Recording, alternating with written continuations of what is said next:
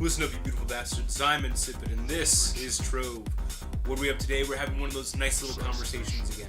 And what I wanted to talk to you about today was something that kind of permeates a lot of other topics that are going on, in my country at least, and I think that it applies to a lot of other countries as well, but I'll leave that to your judgment. And what I'm talking about is a particular visualization that I use. I might have talked to you guys about it before, but let me go ahead and just emphasize a little bit at the moment. And that visualization is this.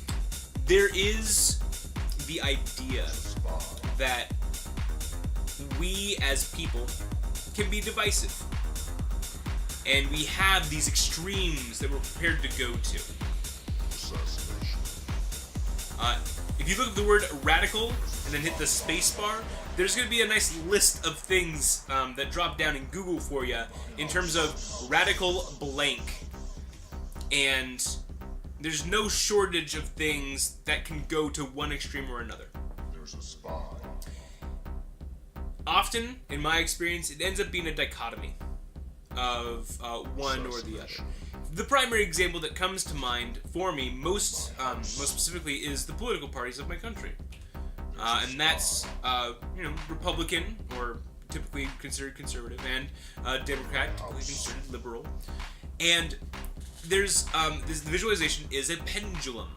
It swings back and forth over and over again, and the pendulum indicates public favor, power, support. And when the pendulum swings wildly, what you're looking at is swinging. Like, it's intensity. No, they're saying naughty things about immigrants. No, we need to fight back. They're humans too, and they have rights. And it swings back. And people start experiencing, extreme, radical. Hey, maybe I like getting to make jokes without having to worry about losing my job.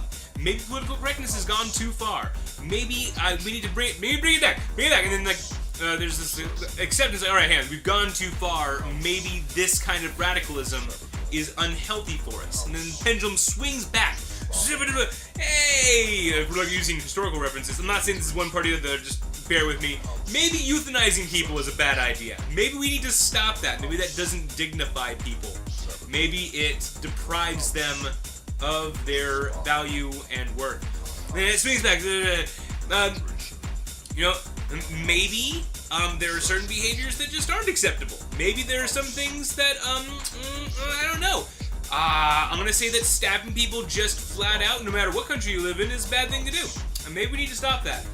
And if there's any number of topics, any number of ideas that we latch onto internally in our countries, where we determine that our own people are the enemy.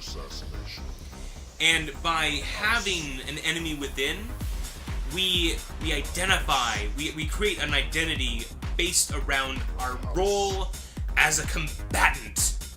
And then you get to enjoy the association of the word radical with the word militant. And anytime someone says that they're a militant blank or a radical blank, I immediately go, I'm sorry. I hope I didn't do anything wrong. Because it very much indicates that they have taken on a perspective, a viewpoint that would be incredibly difficult to converse with them about. I have not met many radical blanks who are prepared to discuss their points with a sense of calm rationality and an emphasis on cited resources. I consider myself in many ways to be a scientist. I consider myself in many ways to be a person who relies on really well-established data. And so trying to make assertions about the success or failure of a given policy without having first studied its effects in the past, its effectiveness in the past, and the applicability of it in our current zeitgeist. I mean, there's always room for discussion without politicizing it.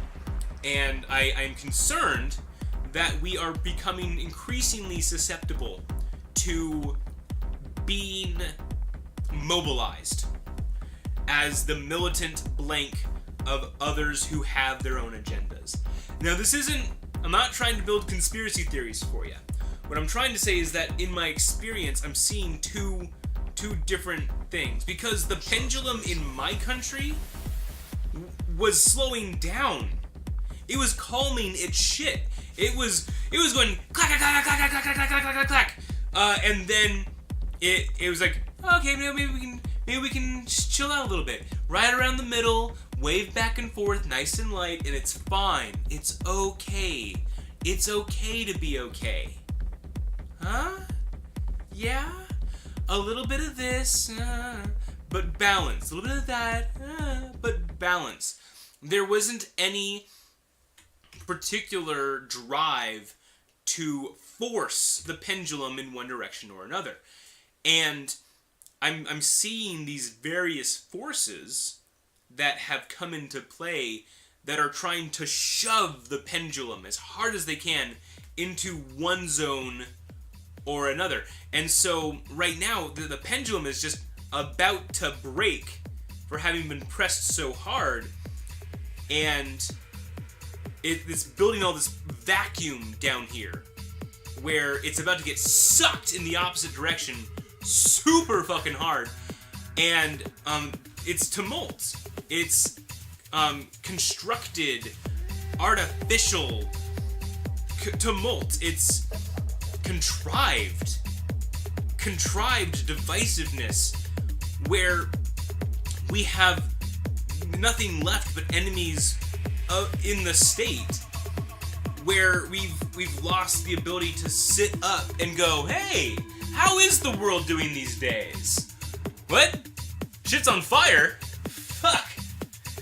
Oh, this is fine. There's, what, Nazis, communists, feminists, radicals, men's rightists, activists, I'm not sure what those are called these days. There's this slew of peoples that we have chagrined their title, their name, and we are creating enemies for ourselves. And I'm worried about that. I'm sincerely worried about that because I'll tell you what, we have been in plenty of wars, America. I need your eyes right here for a second because this is the important part. We have been in plenty of wars. We've won some, we've lost some. No one is better at killing Americans than Americans. We're really fucking good at it. Alright, guys? So I need you all to take a nice deep breath. Actually, this one's for everyone. Go ahead and take your thumbs and put them right here at the upper edge of the bridge of your nose. And just rest your head on that a little bit. And then take a nice deep breath through your nose. Can you do that for me? Just right really quick. This is a great relaxation thing. Because just... oh, that's so good. It opens up your nasal cavity. And all of this stress and, congestion that you're like, you're not just like, oh god, I'm so angry. It kind of lets your breathing ways open and your body stops panicking a little bit. So this is a twofer. Oh man, it's so good. One, you get to learn a new kind of relaxation treatment for your face, where you're not, breathing, you're not mouth breathing your way through your rage. But secondarily, I'm gonna go ahead and just let you know, America, we are impressively good at murdering ourselves. Don't get sucked into this pendulum swinging that other people want you to do.